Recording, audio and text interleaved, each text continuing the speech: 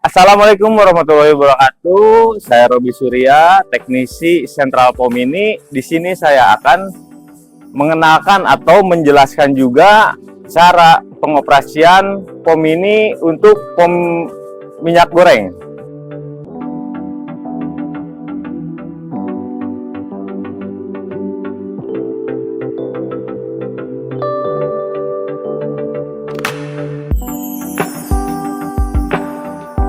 Nah, di sini kita ada 3 tipe ya. Nah, yang di samping saya ini tipenya satu nozzle kapasitas 120 liter. Nah, di belakang saya pun di sini ada 2 tipe lagi nih. Yang 220 sama yang 60 liter. Di sini ada perbedaan di dimensinya, dia lebih besar, ini lebih ekonomis. Dan di sini pun perbedaannya ada. Kalau di sini tidak ada indikator pompa dan tidak ada tombol emergensinya. Tapi semua ini kita bisa request sesuai yang Anda mau. Misalkan contohnya kan ini belum ditempel stiker ya, seperti yang di depan saya.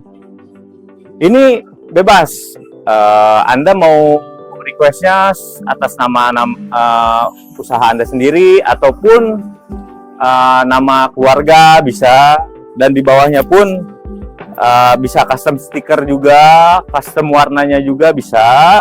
Nah, sekarang saya akan menjelaskan mesinnya. Kalau mesinnya untuk 120, 220 dan 60 liter itu sama, cuman bedanya di kapasitas saja.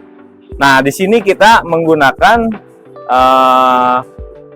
display 7 segmen dan CPU kita paling terbaru yaitu Atmega 32. Ini untuk misalkan ada kerusakan selama dia masa garansinya, kita klaim ataupun kita ganti, kita kirim dari sini ke alamat Anda. Nah, tanpa ada kecuali nih untuk klaim garansi. Jadi ada standar di kita, yaitu tanpa kena petir dan kena hujan.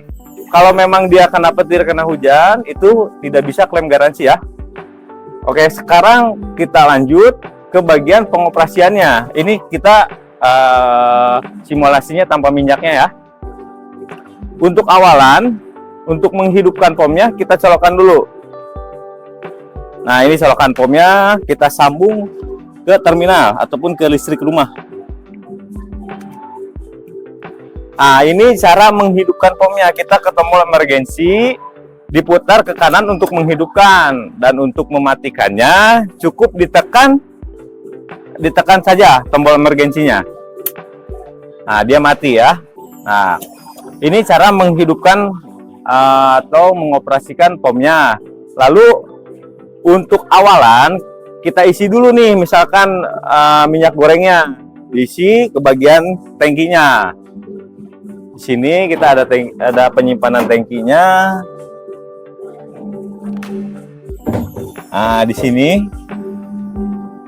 ini kita menggunakan drum plastik ya untuk food grade. Jadi aman buat dikonsumsi, bukan drum besi. Nah, sesudah diisi, disiapkan juga kunci 14 dan gelas takarnya agar nanti kita untuk mancing minyak gorengnya di bagian sini. Untuk awalan nih ya, kadang memang ada customer itu, "Bang, kenapa ya minyak saya nggak keluar?" Untuk awalan dia beli. Nah, dipancing dulu di bagian baut 14-nya. Nah, di sini ada baut 14. Ini dilonggarkan dulu ya. Dilonggarkan, misalkan pakai kunci 14 ataupun pakai obeng plat, dia bisa dilonggarkan. Minimal minyaknya itu keluar, minyak gorengnya itu keluar ataupun menetes lah, minimal menetes, lalu ditutup lagi, lalu dikunci. Tapi jangan terlalu keras ya. Kita juga menggunakan pompa 125. Nah, kalau mau request pompanya yang lebih besar bisa jadi 175. Gimana keinginan Anda aja ya. Oke, setelah ini baut 14 sudah dibuka, minyaknya keluar, jangan lupa kita sirkulasikan dulu ya.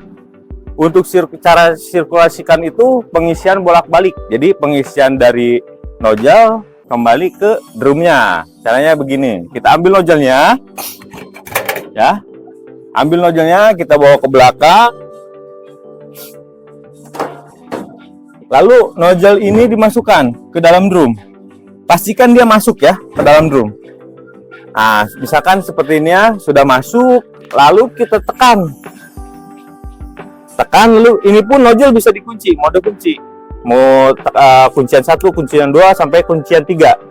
Nah, sudah ditekan, sudah ditekan nozzle-nya, lalu kita balik lagi ke depan.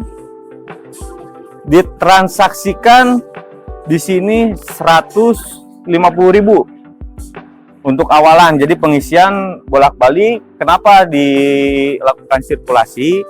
Karena untuk mengisi bagian selang-selang yang ada di instalasi agar tidak ada angin di dalamnya ya. Kita masukkan 150.000. Nah, 150.000, lalu enter untuk menyalakan pompanya. Nah, di sini lampu indikator hidup menandakan pompanya hidup ataupun mengeluarkan minyak. Nanti kita lanjut ke bagian pengenalan tombolnya ya. Nah, misalkan sekarang pengisian 150 sudah selesai, lampu indikatornya mati. Misalkan di sini nanti tercatat 150.000 dan literannya berapa yang keluar, kita keluarkan. Dan ini harga per liternya. Misalkan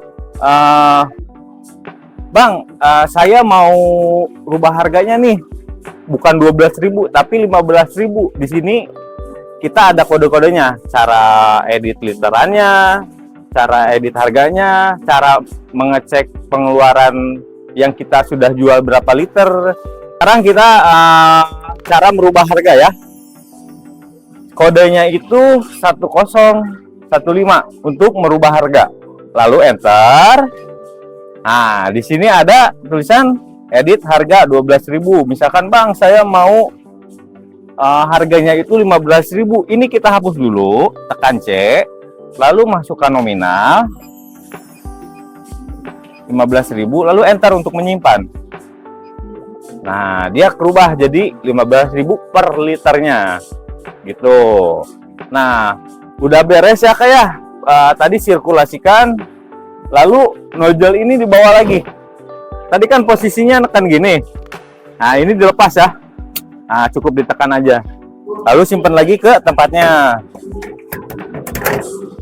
Oke, sekarang kita untuk mengecek takaran ya. Cuman di sini saya nggak bawa takarannya. Caranya gini. Misalkan untuk takaran ya, kita simulasikan aja. Takaran, misalkan kan harga per liternya itu 15.000, berarti kita cek dulu nih 15.000, kita masukkan 15.000, 15.000, nah 1 liter 15.000 ya, di enter untuk mengoperasikannya, enter untuk menyalakan pompa, lalu ditakar ke gelas takar yang Anda sediakan, ditekan, pompa sudah nyala, ditekan. Misalkan dia nanti otomatis mati sendiri karena kita memasukkannya 1 liter ya.